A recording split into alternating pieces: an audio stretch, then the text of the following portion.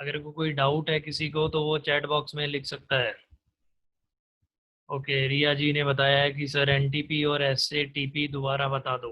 तो ठीक है भाई, बता देते हैं। देखिए भाई,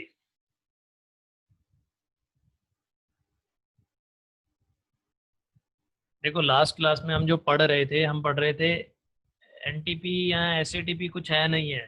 बस ये है कि जहाँ पे भी एनटीपी लिखा होगा तो वहाँ पे टेम्परेचर हमें कितना लेना है और प्रेशर हमें कितना लेना है, उसकी वैल्यूज़ हमें याद होनी चाहिए। ठीक है। और एसएटीपी जहाँ पे भी लिखा हो, एसएटीपी जहाँ पे भी लिखा हो, तो उसका मतलब ये होता है कि हमें टेम्परेचर इतना लेना है और प्रेशर इतना लेना है। जस्ट याद करना है भाई इसे। इसमें तो कुछ है ही नहीं। एनटीपी जहाँ पे लिखा है वहाँ टेम्परेचर 20 डिग्री सेल्सियस लेना है और प्रेशर 1 बार लेना है। एसएटीपी यहाँ जहाँ भी लिखा होगा टेम्परेचर 25 डिग्री सेल्सियस लेना है और प्रेशर 1 बार लेना है। तो इसे याद रखना है भाई, याद। बिकॉज क्वेश्चन में कभी कभार क्या करेगा, वो गैसेस के लिए हमें टेम्परेचर और प्रेशर कुछ नहीं बताएगा। वो केवल इतना ही लिख देगा, this gas is at NTP और एसएटीपी और एसटीपी। ठीक है भाई, बताइए रिया जी, समझ में आया आपको? चलिए, तो ठीक है, तो यहीं से एक क्वेश्चन भी आपको दिख रहा होगा स्क्रीन पे। Volume of 1 mole of gas, तो इसे नेक्स्ट स्लाइड पे हम ले लेते हैं ताकि ये भी नोट्स आप तक पहुंच जाएं। तो हम लास्ट क्लास में हम एसएटीपी डिस्कस कर रहे थे। SATP standard ambient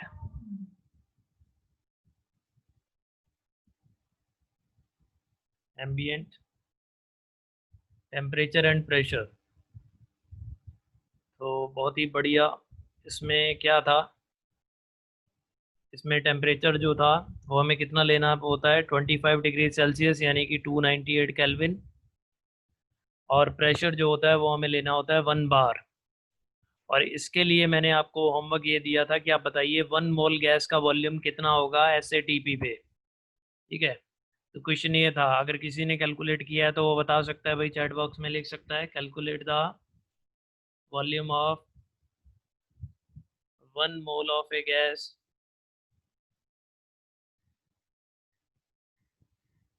eight SATP. तो simple PV is equal to NRT use करके ही निकालना है। अगर आप अभी भी कैलकुलेट कर सकते हो तो निकाल सकते हो भाई। ठीक है, using ideal gas equation.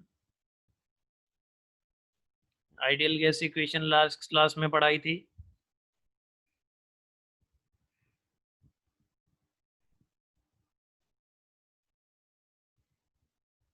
Ideal gas equation क्या थी, PV is equal to NRT. तो हमें वॉल्यूम निकालना है भाई, बाकी सारी चीज़ें हमें पता है। वॉल्यूम इज इक्वल टू क्या आ जाएगा, N R T upon P. तो नंबर ऑफ मोल्स हमें पता है, मैंने ऊपर ही मेंशन कर रखा है। 1 मोल के लिए निकालना है तो एन की जगह क्या ले लेंगे, 1 मोल। आर की वैल्यू अभी छोड़ देते हैं, पहले प्रेशर की वैल्यू लिखते हैं। एसएटीपी पे प्रेशर 1 बार होता है। तो अगर प्रेशर बार में है तो हमें आर, आर जो कि गैस कांस्टेंट होता था, उसकी वैल्यू प्रेशर बार वाली वैल्यू लेनी है। ठीक है। तो लास्ट क्लास में हमने आर की अलग अलग वैल्यूज़ पढ़ी थी, गैस कांस्टेंट की अलग अलग वैल्यूज़। ठीक है, जब प्रेशर एटीएम में भी पढ़ी थी, बार में भी पढ़ी थी, ठीक है, पास्कल में भी पढ़ी थी।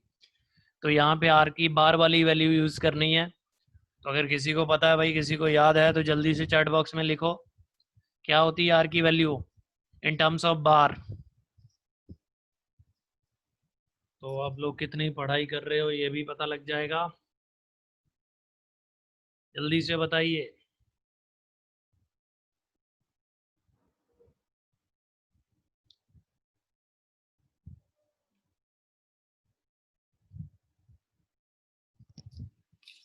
किसी ने नहीं बताया अभी तक तो हम खुद ही लिख देते हैं। आर की वैल्यू होती है 0.08314 bar litre kelvin inverse mole inverse into temperature कितना है, एसएटी पे टेम्परेचर 298 केल्विन है। तो इसे यूज़ करेंगे। ठीक है, हमेशा जो भी फॉर्मूला पूरे केमिस्ट्री में जहाँ जहाँ भी हम फॉर्मूला लगाएंगे, हम हमेशा क्या करेंगे भाई, हम हमेशा यूनिट्स के साथ लिखेंगे, बिकॉज यूनिट्स के साथ अगर हम लिखते हैं तो अगर हमारा आंसर जिस यूनिट में आना चाहिए अगर उसी यूनिट में आए तो हमने फार्मूला सही यूज़ किया है, अगर उसी यूनिट में आंसर ना आए तो मतलब हमने फार्मूला गलत यूज़ किया है, इसका पता लग जाता है हमें। ठीक है, तो यूनिट के साथ करें तो बाहर से बाहर कैंसिल हो गया, केल्विन इनवर्स से केल्विन कैंसिल हो गया, मोल इनवर्स से मोल कैंसिल हो गया, तो जो हमारा आंसर आएगा वॉल्यूम वॉल्यूम लीटर में आएगा, और आना भी चाहिए, वॉल्यूम की यूनिट जो होती है वो लीटर ही होती है। तो इसका मतलब फार्मूला हमने यूज़ किया है और आंसर आएगा इसका आंसर आएगा 24.789। ठीक है जी, सॉरी 20, हाँ ये भी ज़्यादा एक्यूरेट है, यहाँ आपको याद करनी पड़ेगी ये वैल्यू, तो ऐसे याद कर सकते हैं। ठीक है, राउंड ऑफ कर लेते हैं, 24.79 लीटर। तो ये याद रखना है भाई आपको, SATP पे डायरेक्ट हम यूज़ कर सकते हैं इसके रिजल्ट को, इसीलिए हमें याद रखना है। तो बहुत ही बढ़िया, श्वेता जी ने बताया था अभी मैंने चैट में देखा, तो ठीक है भाई, इसे याद रखेंगे, तो बहुत ही बढ़िया। ठीक, तो यहाँ तक सबको क्लियर है, कुछ भी नहीं किया हमने कुछ खास। अब आगे चलते हैं हम, ठीक है, केमिस्ट्री शुरू होने वाली है इसी क्लास से, अब रियल केमिस्ट्री जो जिसे हम प्योर केमिस्ट्री बोलते हैं वो शुरू हो जाएगा भाई। तो हमारा अगला टॉपिक है साइंटिफिक नोटेशंस। ठीक है, scientific notation of a number.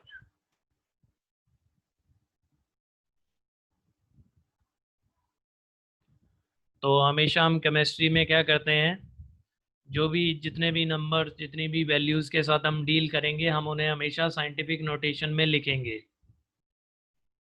In chemistry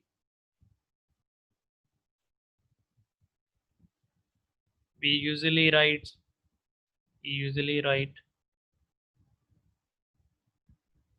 all the values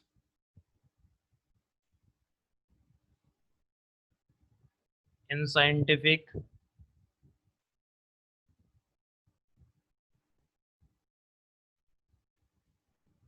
notation। तो भाई ये साइंटिफिक नोटेशन होता क्या है, साइंटिफिक नोटेशन में हमेशा हर नंबर के साथ हम क्या करते हैं, एक पहले नॉन ज़ीरो नंबर के बाद डेसिमल आना चाहिए उस नंबर में, और बाकी जो भी हो 10 टू दी पावर में हम लिखते हैं। ठीक है, तो मैं एक एग्जांपल दे देता हूँ आपको, जैसे हम A.B.C.D कुछ भी हो आगे, वटेवर, हमें उससे कोई लेना देना नहीं, into 10 to the power x, ये होती है साइंटिफिक नोटेशन। ठीक है, मतलब इस फॉर्म में होती है, और जो a होना चाहिए, ठीक है, जिसके बाद में डेसिमल लगा है, ये एक नॉन ज़ीरो नंबर होना चाहिए, एनी नॉन ज़ीरो नंबर।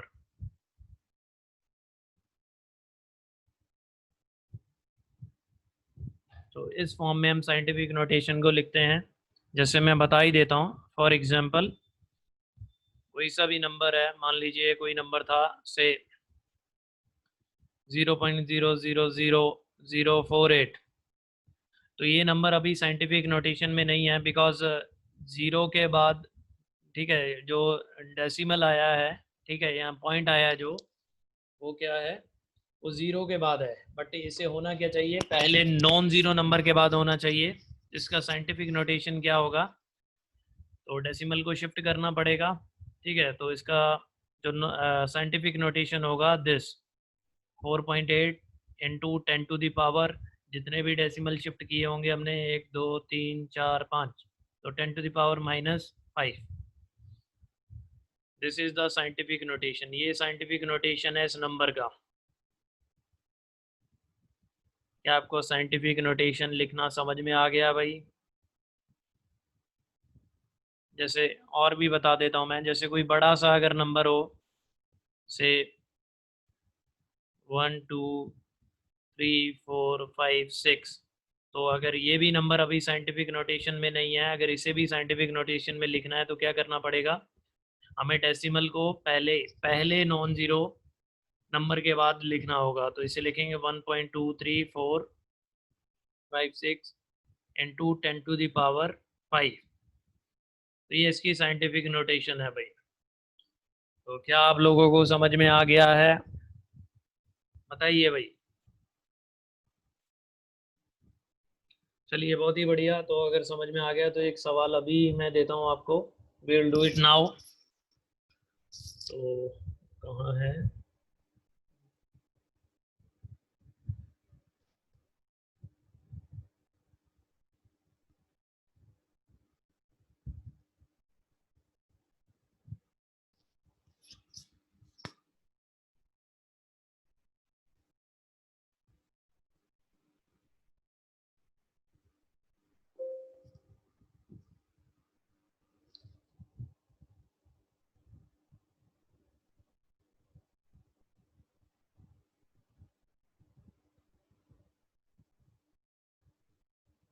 तो वही जल्दी से आप लोग लिखिए। ये जो नंबर आपको दिख रहा होगा, ठीक है, स्क्रीन पे दिख रहा होगा क्वेश्चन।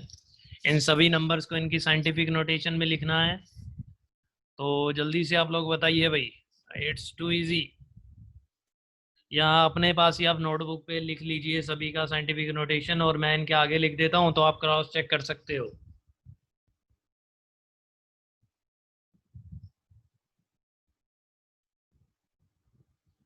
मैं साइंटिफिक नोटेशन इनके सामने लिख रहा हूँ, आप भी अपनी नोटबुक पे लिखिए और उसके बाद में क्रॉस चेक कर लीजिए कि क्या सही लिखा है हमने। ठीक है। 10 to the पावर्स में ज़्यादातर बच्चों को कन्फ्यूज़न होती है। तो एक बात मैं बता दूं, अगर कभी भी एक छोटे नंबर को अगर हम बड़े में कन्वर्ट करते हैं तो हमेशा जो 10 to the पावर जो होती है वो माइनस में जाती है। और अगर किसी बड़े नंबर को छोटे नंबर में करेंगे तो 10 to the पावर क्या जाएगी, पॉजिटिव में जाएगी।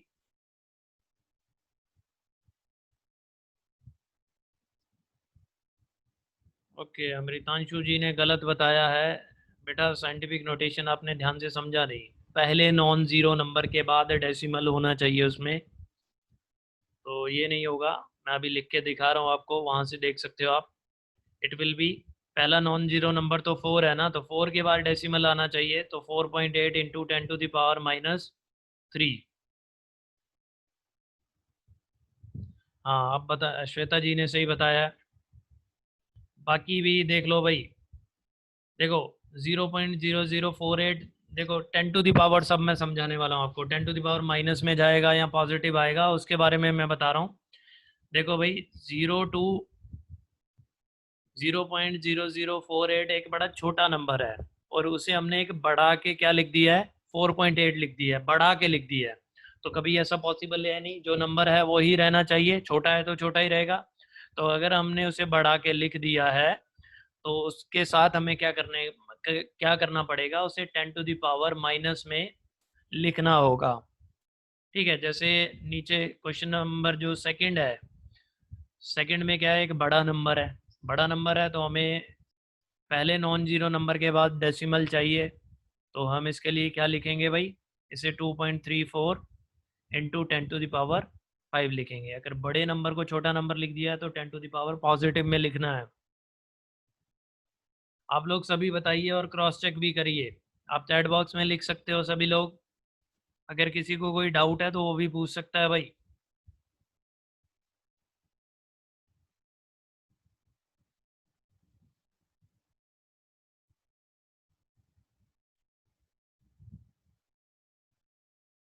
Already in the scientific notation, sixth option.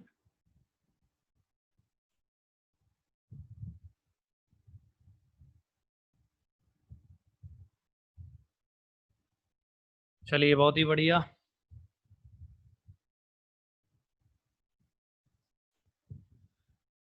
Okay, Shweta जी ने सब बता दिए हैं। पहला सही है, दूसरा भी सही है, तीसरा भी सही है, और चौथा भी सही है।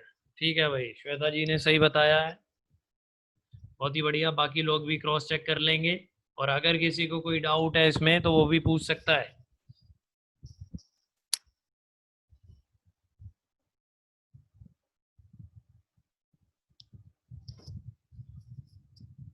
बेटा रिया जी देखिए, लास्ट जो है वो साइंटिफिक नोटेशन में पहले से ही है। बिकॉज साइंटिफिक नोटेशन में मैंने क्या बताया था कि जो डेसिमल होना चाहिए वो फर्स्ट नॉन जीरो नंबर के बाद होना चाहिए।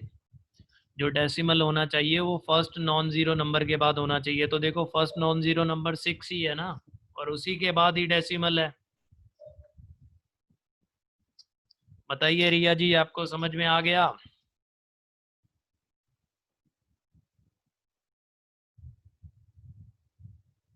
बताइए भाई। ओके, तो बढ़िया है भाई, ठीक है, फिर हम आगे चलते हैं अब। Okay, so our next topic is scientific notation. समझ में आ गया? अच्छा, साइंटिफिक नोटेशन में हम लिखते क्या हैं, ठीक है, एडवांटेजेस क्या हैं इसके, ज़रूरत क्यों पड़ी हमें,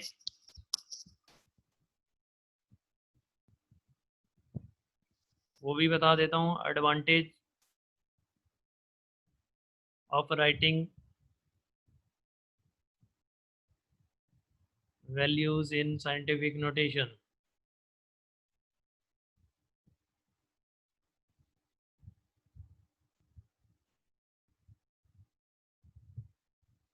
क्योंकि ये इसीलिए किया हमने बिकॉज हमारे लिए क्या हो जाएगा, एडिशन, सब्ट्रैक्शन, मल्टीप्लिकेशन और डिवीज़न आसान हो जाएगा अगर हम वैल्यूज़ को साइंटिफिक नोटेशन में लिखें तो। It makes addition, subtraction, multiplication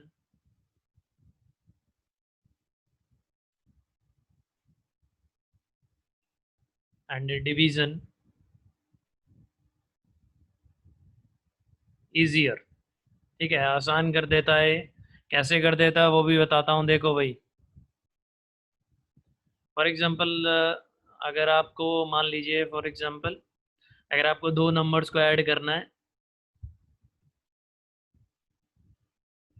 00564 plus 0.762, अगर इन दोनों नंबर्स को ऐड करना है तो ठीक है, नेचुरली आपको क्या हो सकता है, मैनुअली अगर हम कैलकुलेट करते हैं, ठीक है, इसे मैनुअली अगर हम ऐड करते हैं तो इसमें क्या हो सकता है, हमसे गलती हो सकती है बिकॉज डेसिमल्स, ये ज़ीरो बहुत ज़्यादा है तो हो सकता है हम गलती से कम ज़्यादा लिख दें।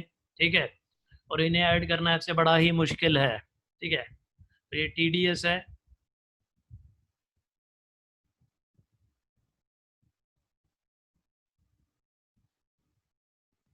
बट अगर क्या कर दें, अगर इन्हें इनकी साइंटिफिक नोटेशन में लिखा होता तो ये नंबर होता 5.64 इंटू 10⁻⁻5, और ये नंबर क्या होता 7.62 इंटू 10⁻⁻6।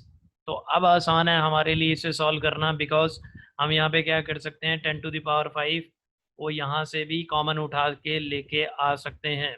इसे लिख देंगे हम 10⁻⁻5, और अंदर जो नंबर आ जाएगा केवल हमें उसे ही ऐड या सब्ट्रैक्ट जो भी हो उसे करना होता है। तो 7.62 इंटू 10⁻⁻1 रह गया यहाँ पे। तो आसान है भाई, फिर भी बहुत आसान है। तो ये हो जाएगा 0.762, और इन्हीं नंबर्स को दोनों को ऐड करना होगा और ये हमारे लिए इजी है। ठीक है, ये तो हो ही जाएगा, इन दोनों को ऐड करना आसान है, इजी टू ऐड। इसीलिए हम क्या करते हैं, साइंटिफिक नोटेशन में लिखते हैं। ठीक है, अगर इनकी मल्टीप्लिकेशन भी करनी होती भाई, देखो इन्हीं नंबर की अगर मल्टीप्लिकेशन भी करने होता हमें, 0.0005, सॉरी वन मोर 064 इंटू, अगर ये नंबर करना होता 0.00762, तो मल्टीप्लिकेशन बहुत मुश्किल हो जाता हमारे लिए। ठीक है, ऐसे तो बहुत मुश्किल है, बट अगर ये साइंटिफिक नोटेशन में लिखे होते जो कि क्या है 5.64 इंटू 10⁻⁻5 इंटू 7.62 इंटू 10⁻⁻6, तो 10 वालों को हम अलग से मल्टीप्लाई कर लेते। ठीक है, बिकॉज इनमें तो एक्सपोनेंट्स जैसे मल्टीप्लाई होते हैं, 10⁻x इंटू 10⁻y क्या हो जाएगा, 10⁻x प्लस वाई। तो एक्सपोनेंट से हम इसे मतलब सॉल्व कर सकते हैं, इन्हें मल्टीप्लाई कर सकते हैं, और बाकी नंबर्स को तो हम इजीली मल्टीप्लाई कर सकते हैं। ठीक है, तो ये क्या बन जाएगा हमारा 5.64 इंटू 7.62 इंटू ये दोनों को सॉल्व करके हमारा क्या आ जाएगा, 10⁻11 आ जाएगा भाई। तो ये तो आसानी से इजीली कर सकते हैं, इजी टू डू। अरे आपको समझ में आ गया साइंटिफिक नोटेशन में क्यों लिखा जाता है चीज़ों को? अगर समझ में आ गया तो बताइए, चैट बॉक्स में लिखिए।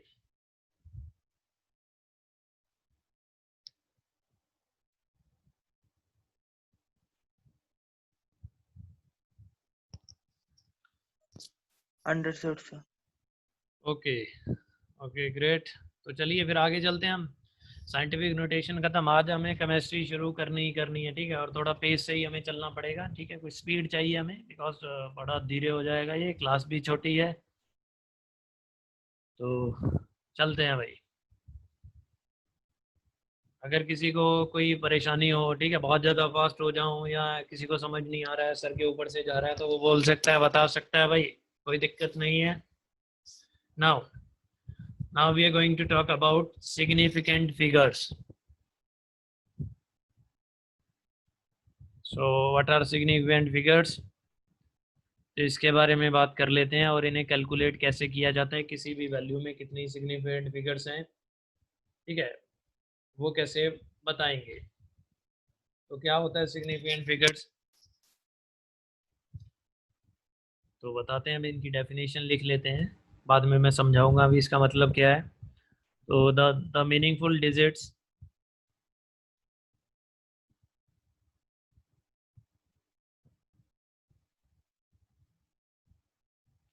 which can be which are known with certainty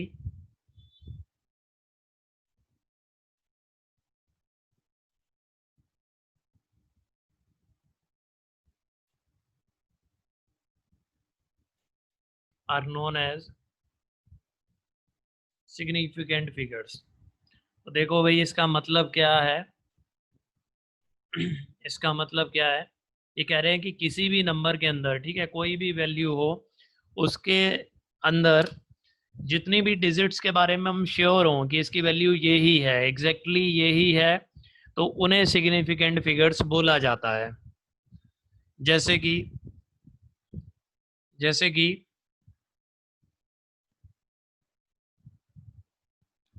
हाँ, रिया जी ने पूछा है, सर सिग्निफिकेंट फिगर्स केमिस्ट्री और फिजिक्स में सेम ही होती हैं? हाँ जी, सेम ही होती हैं बिल्कुल। फिजिक्स में भी फंडामेंटल्स पढ़ाए जाते हैं पहले, और केमिस्ट्री में पढ़ाए जाते हैं। और ठीक है, सेम होती हैं, आपने फिजिक्स में पढ़ा भी होगा, एक रिवीजन टाइप हो जाएगा। देखो, इसका एग्जांपल देके बताता हूँ मैं आपको सिग्निफिकेंट फिगर का। मान लीजिए आपके घर वालों ने आपको बोला कि जाओ भाई, मार्केट में से 1 किलो चीनी ले आओ, ठीक है। तो तुम गए, ठीक है, मान लेते हैं तुम गए शॉप पे, दिस इज़ द शॉप। तो तुमने बोला कि मुझे 1 किलो चीनी चाहिए, ठीक है, 1 kg शुगर। तुमने बोला कि मुझे 1 kg शुगर चाहिए, तो शॉपकीपर क्या करेगा, एक बैलेंस पे क्या करेगा, मान लीजिए ऐसी बैलेंस बना देता हूँ। ऐसी ही बैलेंस होती है कि बैलेंस के ऊपर एक क्या लगा होता है, वो रीडिंग शो करता है हमें, रीडिंग। तो ऐसे करके 0.00, मतलब ऐसे कुछ रीडिंग्स वो शो कर रहा है, मान लीजिए। तो यानी कि जो जब आपने यहाँ पे इस पे शुगर रखोगे तुम, तो ये कुछ रीडिंग्स दिखाएगा, ठीक है, शुगर रख दी यहाँ पे, तो ये बैलेंस कुछ रीडिंग दिखाएगी। मान लीजिए इसने आपको 1 किलो चीनी लेने थी, तो ये क्या आ गया, 1.02 दिखा दिया इसने। तो इसका मतलब ये हुआ कि आप इन दो डिजिट्स के बारे में तो बिल्कुल श्योर हो, ठीक है, इन तीनों के बारे में श्योर हो, ठीक है। तुम्हें पता है 1 kg है, श्योर। आगे भी उसने बताया था, ये भी श्योर है, ठीक है। You are also sure about the last digit. इस क्योंकि आपको पता है, आपने बैलेंस में देखा था, बट इसके आगे अगर डिजिट्स होती तो, ठीक है, मान लो 4, 5, 6, 7, 8, ठीक। तो इनके बारे में हम बिल्कुल श्योर नहीं थे, नॉट श्योर, नॉट श्योर। तो ये सिग्निफिकेंट नहीं है। तो यहाँ पे केवल ये तीन जो पहले वाली जिनके बारे में हम श्योर हैं, यही सिग्निफिकेंट फिगर्स हैं। क्या आपको समझ में आ गया कि सिग्निफिकेंट फिगर्स का मतलब क्या होता है असल में? बताइए भाई, चैट बॉक्स में लिखिए।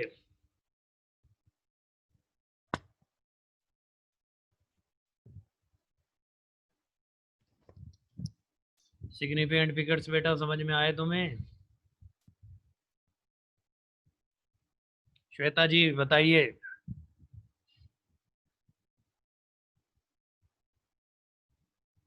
ओके, तो चलिए और भी मैं बताता हूँ, जैसे कोई काउंटेबल ऑब्जेक्ट्स जो होते हैं, ठीक है, काउंटेबल ऑब्जेक्ट्स फॉर एग्जांपल, दूसरे पेन से लिख लेते हैं, काउंटेबल ऑब्जेक्ट्स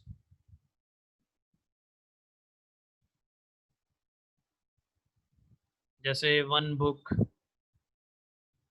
4 पेन्स, ठीक है, कुछ भी है, काउंटेबल ऑब्जेक्ट्स जो होते हैं। तो क्या 4 पेन, अगर मैं 1 बुक की बात करूं तो 1 बुक में क्या आपको कोई अनसर्टेनिटी है कि वन वन बुक के में मतलब ऐसा लिखा जा सकता है इसे? 1 बुक का मतलब तो 1 बुक ही होता है, इसमें कोई अनसर्टेनिटी नहीं है। हम बिल्कुल श्योर हैं कि पॉइंट के बाद बाकी 0 0 0 सभी 0 ही होंगे। कभी ऐसा तो नहीं हो सकता है कि 1.2 बुक हो, ऐसा तो पॉसिबल है ही नहीं। ये एग्जैक्टली 1 है, ये एग्जैक्टली 1 है, तो मतलब हमें ये पता है कि इसके आगे आगे क्या लगे होंगे, हमेशा सभी 0 ही लगे होंगे। तो काउंटेबल ऑब्जेक्ट्स में हम बिल्कुल श्योर होते हैं, मतलब जहां तक भी डेसिमल के बाद में कितनी भी डिजिट्स हों, हम सबके बारे में श्योर हैं कि वो सारी 0 हैं। तो मतलब इसमें सारी, ये जितने भी नंबर होंगे ये सारे यहाँ से लेके यहाँ तक ये सारे सिग्निफिकेंट हैं। तो इसीलिए काउंटेबल ऑब्जेक्ट्स में क्या होता है, काउंटेबल ऑब्जेक्ट्स में क्या होता है, इनफानाइट सिग्निफिकेंट फिगर्स होती हैं, ठीक है। तो अगर कोई भी काउंटेबल ऑब्जेक्ट हो, 1 बुक, 4 पेन्स एंड वट जो भी हो, उसमें हम क्या होती हैं, हैव इनफानाइट सिग्निफिकेंट फिगर्स। ये बात आपको समझ में आई? जल्दी से लिखते रहना है भाई, चैट बॉक्स में लिखते रहोगे तो बहुत बढ़िया, मुझे पता लगता रहेगा।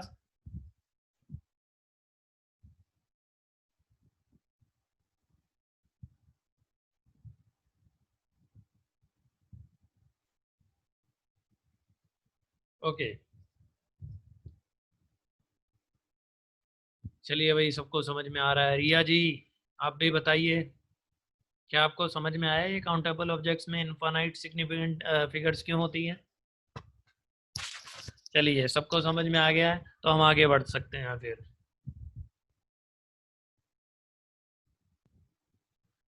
अब बेटा ये तो हमें मतलब प्रैक्टिकली तो हमें समझ में आ गया कि सिग्निफिकेंट फिगर्स क्या होती हैं, ठीक है, उनका मतलब क्या होता है, उनसे समझते क्या हम, ये सारी बातें हमें समझ में आ गई। बट अब कुछ रूल्स भी होते हैं, ठीक है, डायरेक्ट हम नंबर को देख के भी, एक वैल्यू को देख के भी हम बता सकते हैं, ठीक है। हमें तो नहीं पता है वो वैल्यू कहाँ से आई, कैसे आई, बट उसकी उसमें कितनी सिग्निफिकेंट फिगर्स होंगी, कितने नंबर्स के बारे में हम श्योर हैं, नहीं श्योर हैं। तो उसके लिए डायरेक्ट रूल्स हैं, तो आपको रूल्स वो याद रखने हैं और आप सिग्निफिकेंट फिगर्स आसानी से निकाल सकते हो। ओके, तो मैं उन रूल्स के बारे में लिखवा देता हूँ आपको। तो rules for determining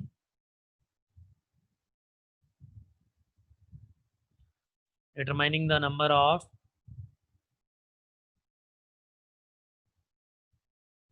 significant figures.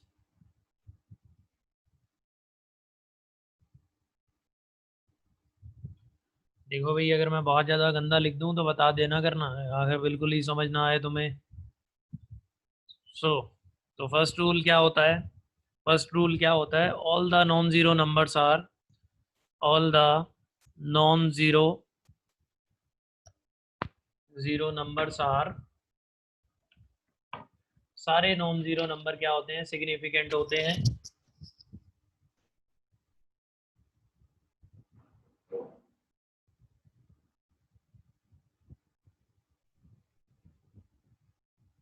Second thing, example भी ले लेते हैं। फॉर एग्जाम्पल अगर कोई ऐसे है 285 सेंटीमीटर, तो इसके अंदर सारे ही नॉन ज़ीरो नंबर्स हैं। तो इसके अंदर कितनी सिग्निफिकेंट डिजिट्स होंगी, 3 होंगी, ठीक है। फिगर्स या डिजिट्स कुछ भी बोल सकते हैं आप, वो एक ही बात है। 3 significant digits.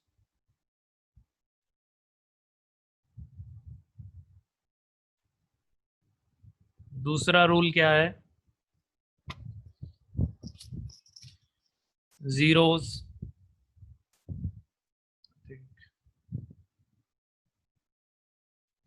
zeros preceding to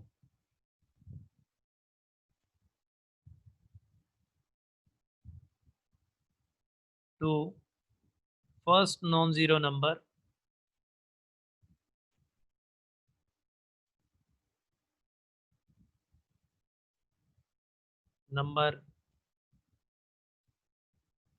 are not significant। तो पहले नॉन जीरो नंबर से पहले, ठीक है, फर्स्ट नॉन जीरो नंबर से पहले जितने भी जीरोस होते हैं वो सिग्निफिकेंट नहीं होते हैं।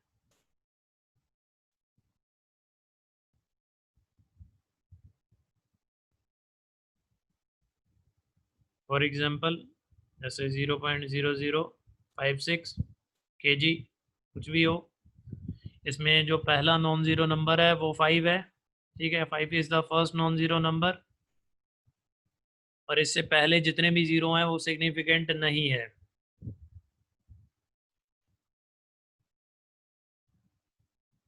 तो भैया इसमें फिर कितनी सिग्निफिकेंट फिगर्स होंगी? केवल 2 ही होंगी, ठीक है, 2 सिग्निफिकेंट फिगर्स या डिजिट्स।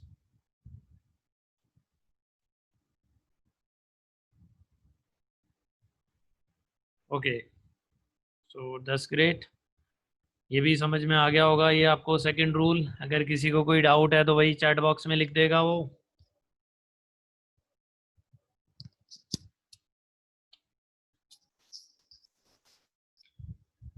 सर रिया जी ने क्या पूछा है? सर यूनिट लगाने के बाद सारे नंबर कंसीडर करते हैं। अंडरस्टूड। ओके ओके, अमृतांशु को भी समझ में आ गया है। रिया जी मैं आपका डाउट समझ नहीं पाया हूँ। आप या तो अनम्यूट करके बता सकते हो या इसे लिख के बताओ। मुझे समझ नहीं आया कि आपने डाउट क्या पूछा है।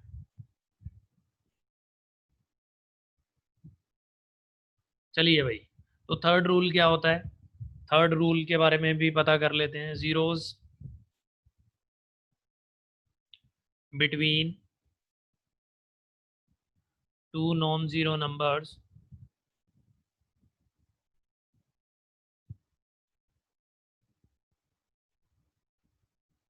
Are significant. तो कोई भी दो नॉन जीरो, ठीक है, कोई भी दो नॉन जीरो नंबर के बीच में जितने भी जीरो होंगे वो सारे ही सिग्निफिकेंट होंगे। फॉर एग्जांपल, कुछ भी ले सकते हैं 2.004, ठीक है, ये कुछ भी हो। इसके अंदर जो ये दो जीरो आपको दिख रहे हैं, ये दोनों जीरो भी क्या होंगे? 4 सिग्निफिकेंट फिगर्स। हाँ जी बताइए। तो 4 सिग्निफिकेंट फिगर्स होंगे। हाँ टोटल 4 जीरो होंगे, को सिग्निफिकेंट। बीच वाले जीरो भी सिग्निफिकेंट होंगे।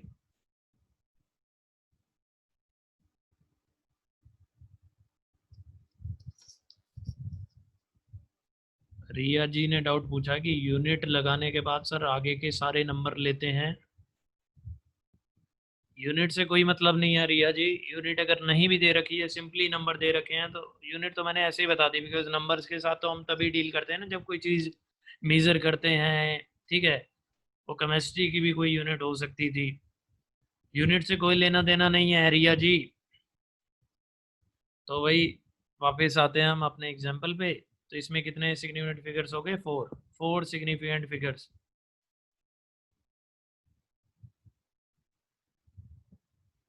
तो बहुत ही बढ़िया, ये भी बात आपको समझ में आ गई होगी। चलिए, जो फोर्थ रूल है और जो लास्ट रूल है, ठीक है, सिग्निफिकेंट डिजिट्स निकालने का, तो ये है zeros at the,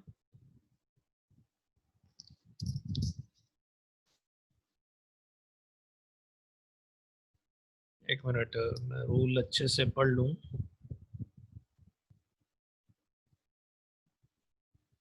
okay, rule ये है कि जीरोस एट द एंड और right hand side, right of a number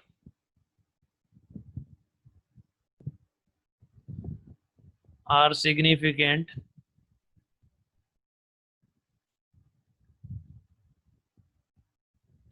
provided at provided that they are on the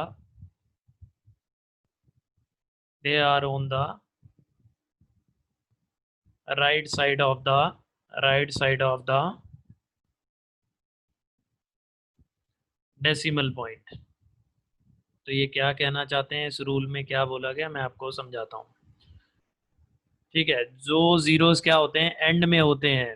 ठीक है, और वो नंबर के भी क्या होते हैं, नंबर के भी राइट हैंड साइड होते हैं। नंबर से मतलब non zero number.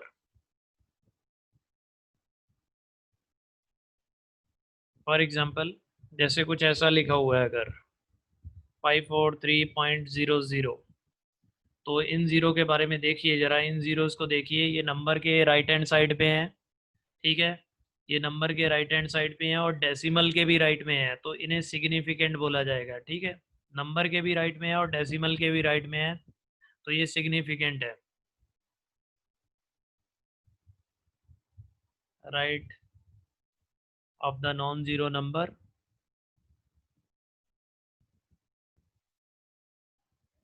and also on the right of the decimal point। बताइए भाई, ये समझ में आ गया आपको? तो ये नंबर क्या होंगे, ये सिग्निफिकेंट होंगे, ये जीरो सिग्निफिकेंट होंगे, ये जीरो सिग्निफिकेंट होंगे भाई। तो इसमें टोटल जो सिग्निफिकेंट डिजिट्स आएंगी वो 5 आएंगी, तो आपको, तो इसमें क्या हो गई, 5 सिग्निफिकेंट डिजिट्स हो गई। बताइए, क्लियर है आपको ये 4 रूल्स क्लियर है?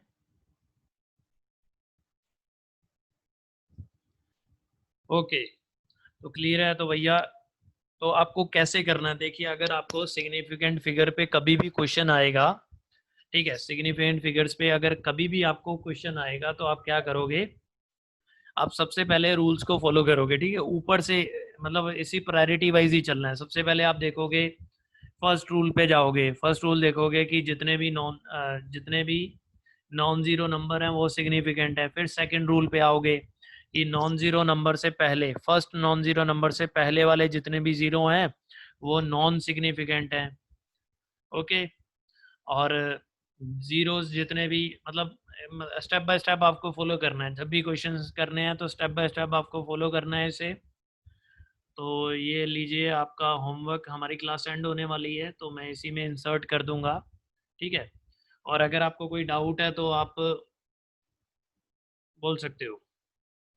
अमृतांशु ने बोला सर कनेक्शन प्रॉब्लम, तो बेटा वैसे ही क्लास एंड होने वाली है, कोई दिक्कत नहीं है। कनेक्शन प्रॉब्लम है तो मैं इसमें आपके लिए कुछ होमवर्क, नोट्स को हमेशा देखिए करिए।